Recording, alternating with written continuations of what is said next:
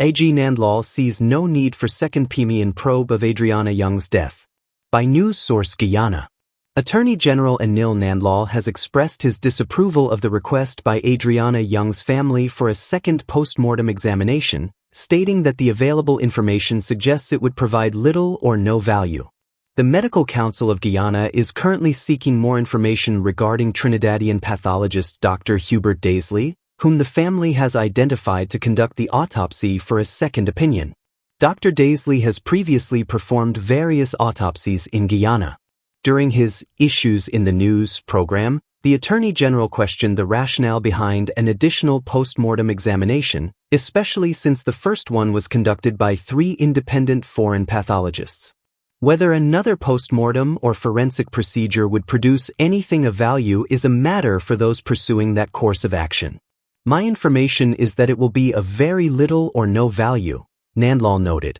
He also remarked on the lack of a confirmed burial date for Adriana, calling the situation unfortunate. Additionally, the Attorney General dismissed the family's request to involve the FBI, Scotland Yard, or the Royal Canadian Mounted Police in the investigation. He emphasized that the Guyana Police Force is the authorized body to conduct investigations. The government has secured the services of a Canadian homicide investigator to assist local police. The Guyana Police Force is the lawful, authorized agency to conduct investigations in Guyana.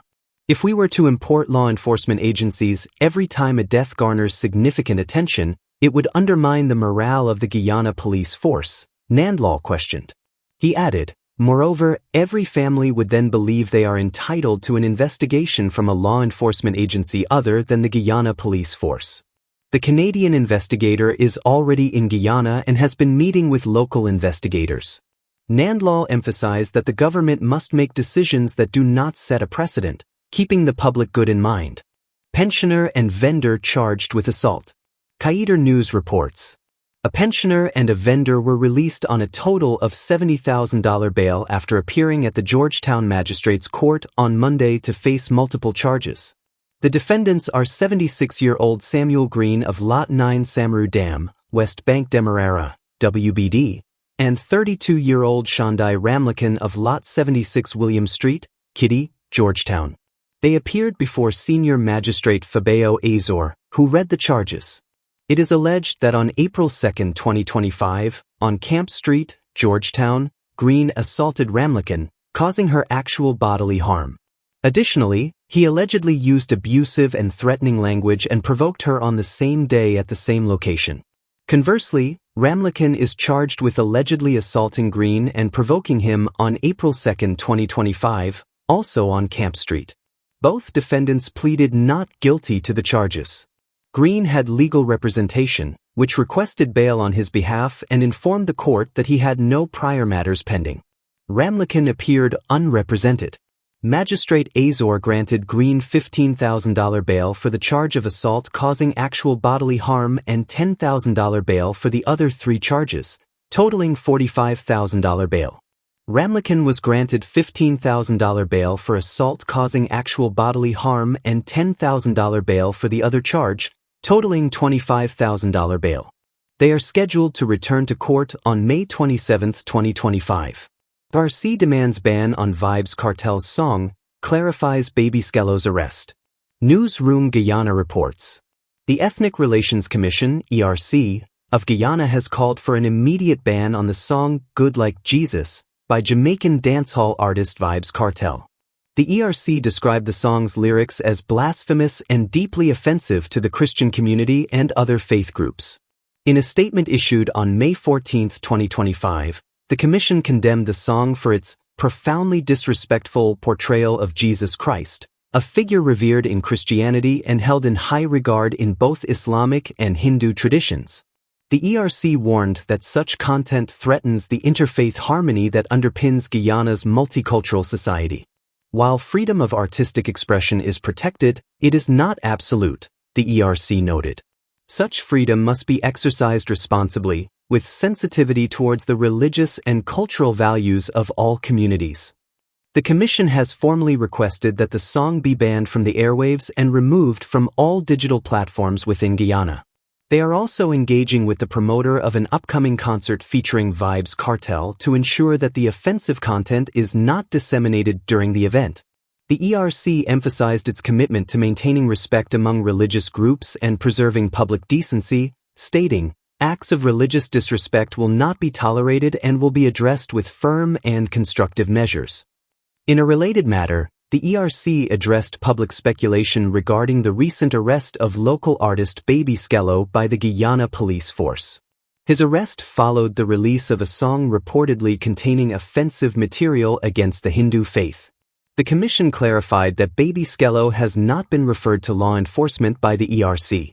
Instead, the matter is being handled internally, and the artist has been summoned to appear before the commission. Additionally, artists Richard Singh and Vision Clake have also been summoned over their controversial song, Deni, which has sparked criticism for its potentially offensive content. New Amsterdam laborer remanded on murder charge. Guyana Times reports. A New Amsterdam laborer was remanded to prison on Tuesday for the murder of one of two men who died just over a week ago at Caracas, West Cange. This follows the arrest and charge of another man related to one of the deaths last Friday. The police are still searching for a third suspect in connection with the murder. Details of the case. Durban Bristol, also known as Uzi, a 39-year-old laborer from Smithfield, New Amsterdam, appeared before Magistrate Michel Matthias at Albion Magistrates Court. He was remanded for the murder of Leon Fordyce, which occurred on May 4th at Caracas. Bristol was not required to plead to the indictable charge. Police Prosecutor Sergeant Mark Edwards informed the court that authorities are actively seeking another suspect in connection with Fordyce's murder. He noted that this suspect has not yet been apprehended. Attorney at law Sasha Roberts, representing Bristol, raised concerns about the implications if the second suspect remains at large. The prosecutor responded that the police would proceed with the charge against Bristol as it stands, with only him facing trial for Fordyce's murder. The court has scheduled June 9th for the police to present all evidence in the case, ensuring that the accused can review the evidence in preparation for his defense. Fordyce was one of two men found lying motionless on the roadside at Caracas on May 5th, adjacent to Angois Avenue.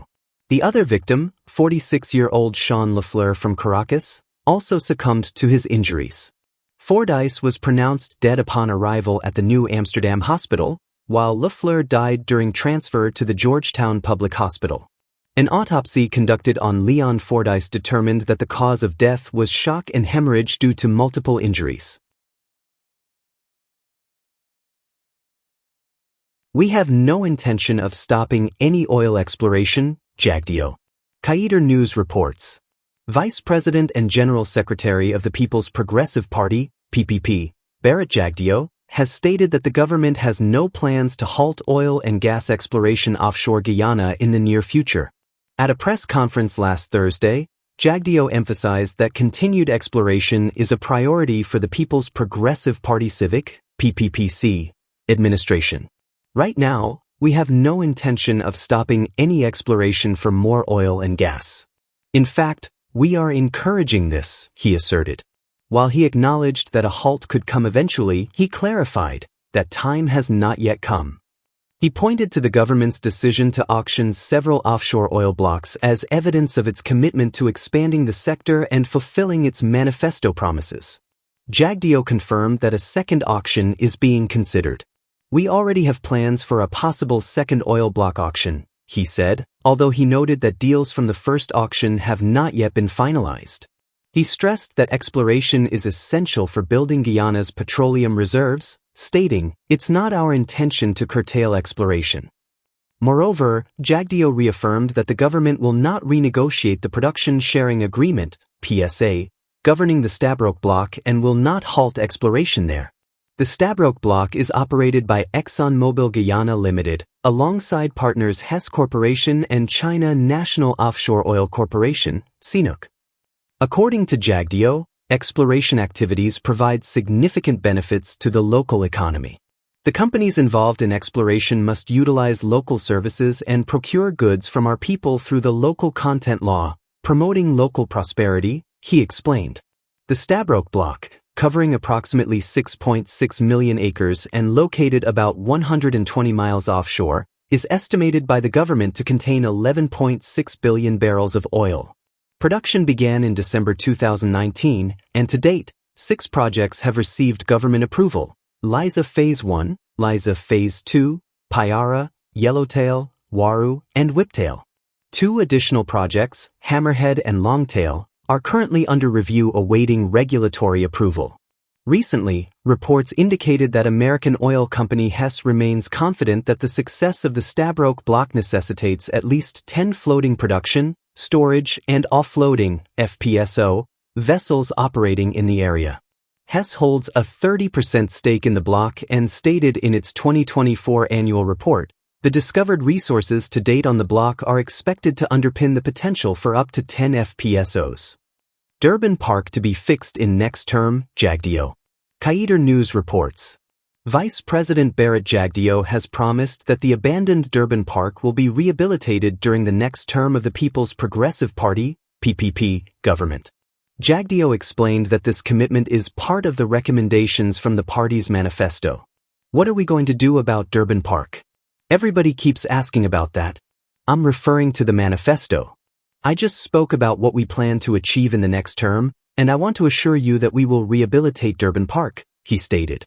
Blaming the previous A Partnership for National Unity, APNU, administration for the park's current state, he described it as monumental corruption, claiming that $600 million is missing from the $1.6 billion they said they spent on it, as confirmed by the audit report. Jagdeo acknowledged that while he could not specify exactly how much of the funds are unaccounted for, he emphasized the need for the government to address the park's condition. To those who have suggested that we clean it up and restore it, I assure you this will be done in the next term, he added. In 2022, the Audit Office of Guyana conducted a special audit of the Durban Park Jubilee Stadium project. An interim report was issued on December 7, 2018, and the findings were included in the 2020 Auditor General's report. The report stated that the construction of Durban Park began in 2015 in preparation for Guyana's 50th independence anniversary, which was celebrated the following year. A private company, Homestretch Development Incorporated, HDI, was established to oversee the project. By December 31, 2017, approximately $1.15 billion had been spent, but payment vouchers totaling $70.61 million were not produced for audit examination, raising questions about the completeness and validity of the expenditures. The Audit Office recommended that the head of budget agency submit the outstanding payment vouchers for audit. Additionally, $500 million was paid to HDI in 2017 to help the company meet its obligations, but there was no documentation to support the work done, supervisory checks, or certification of satisfactory completion. The Audit Office had previously requested detailed documentation from the Permanent Secretary of the Ministry of Public Infrastructure regarding the works completed and the supervisory checks performed. Over 4,000 dengue test kits sent to Burbis to contain surge in cases. Newsroom Guyana reports. The Ministry of Health has dispatched over 4,000 dengue test kits to Region 6 as part of efforts to address a recent surge in cases. Minister of Health Dr. Frank Anthony provided an update on the situation in the region on Tuesday. Due to the rise in cases, we have increased testing and added several sites for testing. Over the past week, we have sent more than 4,000 test kits to Region 6 alone so they can enhance their testing efforts, the health minister stated. This move follows the tragic deaths of 12-year-old Lokesh Ibrahim and a 6-year-old boy from dengue-related complications. We have observed a significant number of cases in Region 6, and the ministry has taken a proactive approach. We are collaborating with all the Neighborhood Democratic Councils, NDCs, in Region 6 to control the mosquito population, Dr. Anthony explained. He added that every NDC has been provided with equipment and chemicals for mosquito control. They are conducting fogging and larviciding, he noted. Health teams are also performing house-to-house visits to identify and eliminate mosquito breeding sites, such as stagnant water. Additionally, a special team has been established with regional and central health officials to monitor the situation closely. The new Amsterdam, Skeldon, and Port Mourant hospitals have received extra resources to manage any potential increase in hospitalizations. Last week, it was reported that Region 6 recorded 332 dengue cases in April alone. Northwest man charged with unlicensed firearms, ammunition, and assault. Newsroom Guyana reports. A 31-year-old laborer from Triangle Back Dam, Baramida, Northwest District, has been charged with possession of unlicensed firearms, ammunition, and assault. Orangel Antonio Castro Rodriguez appeared before Magistrate Ravindranath Singh at the Port Kaituma Magistrates Court. The charges against Rodriguez are serious. On February 26, 2025, he allegedly assaulted Yulismar Rodriguez, causing her actual bodily harm. The following day, he was found in possession of 3 16-gauge live rounds of ammunition without a valid firearm license. Additionally, he had a 12-gauge shotgun, serial #AV60664E, and another shotgun, serial #10-05, both also without the necessary licenses. During the court proceedings, it was noted that the prosecution's case file is incomplete. Rodriguez's lawyer, Bernard da Silva, who appeared virtually, expressed concerns about potential delays due to the nature of the investigation and the frequency of court sittings. He highlighted the uncertainty regarding a trial date. Da Silva stated that Rodriguez is not a flight risk, pointing out his responsibilities as a husband and father of 3 children. He also mentioned that the firearms and ammunition were not found on Rodriguez but were hidden in bushes away from his camp in the back dam. In response to the bail application, Magistrate Singh granted bail of $150,000 for 4 of the gun charges. For the assault charge, Rodriguez was allowed to self-bail. The conditions of his bail require him to report to the Baramida police station on the last Friday of each month. Rodriguez is scheduled to reappear in court on June 10, 2025. Michael Singh to head new Guyana Mixed Martial Arts Federation. Newsroom Guyana reports. The Guyana Mixed Martial Arts Federation, GYMA, is pleased to announce the election of Michael Singh as its new president following the emergency general elections held on April 12, 2025, at Palm Court in Georgetown, Guyana. Election overview. This significant event marked a new chapter in the Federation's growth and development, with full participation from all registered and recognized member clubs. Academy of Contemporary Martial Arts, ACMA. John Campaign Mixed Martial Arts Academy, JCMA. 3 RYU Karate Club. White Tiger Martial Arts. Guyana Police Force Mixed Martial Arts. The election was conducted transparently and democratically under the oversight of Mr. Jason Fraser, Vice President of the AMAF Pan American Confederation, who ensured the credibility and integrity of the process. Newly elected Executive Committee, 2025 to 2028. President, Michael Singh. First Vice President, Roland Fanfare. Second Vice President, Alier Williams. Third Vice President, Dr. Sawan Jagnarain. General Secretary, Rebecca Ganesh. Treasurer, Ryan Curtin. Public Relations Officer, to be announced. Technical Director, John Campaign. The GYMA looks forward to a promising future under the leadership of its newly elected executives. 915 Suicide Hotline and other mental health support tools launched. Newsroom Guyana reports. The National Mental Health Project, a collaborative initiative launched on Wednesday, aims to provide vital mental health support to those in need. Toll-free suicide hotline 915. This hotline offers confidential support for anyone in crisis or in need of someone to talk to. Official website, mentalhealth.gov.gy. This platform provides access to 24/7 live chat support with trained mental health professionals. Animated Awareness Series. An animated series was launched to raise awareness and understanding of mental health challenges, including anxiety, depression, and cyberbullying. This series is designed to build empathy and encourage children and young people to speak up and seek help. These resources are intended to provide confidential assistance to anyone experiencing mental health challenges. The launch coincides with Mental Health Awareness Month and is a collaboration among the Ministry of Health, the Office of the President, and SBM Offshore. Dr. Timothy Morgan, director of the Mental Health Unit, stated, "The hotline, 915, responds to the needs of the people in Guyana to make mental health services more accessible wherever they are." He emphasized that the project builds on progress made since the 2022 Suicide Prevention Act and the 2024 Mental Health Action Plan. Public Health Officer in the Office of the President, Jessica Anthony, highlighted the significance of the new tools.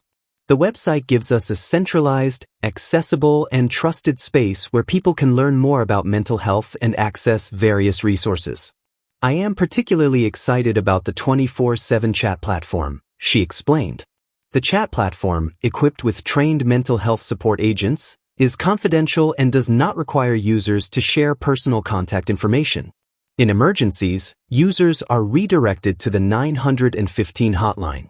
Minister of Health, Dr. Frank Anthony, acknowledged Guyana's long-standing challenges with suicide and mental health, stating that the country is now starting to turn that around through targeted actions like the newly launched tools and resources. Dr. Anthony also addressed shortcomings in the primary healthcare system, where mental health concerns are often overlooked.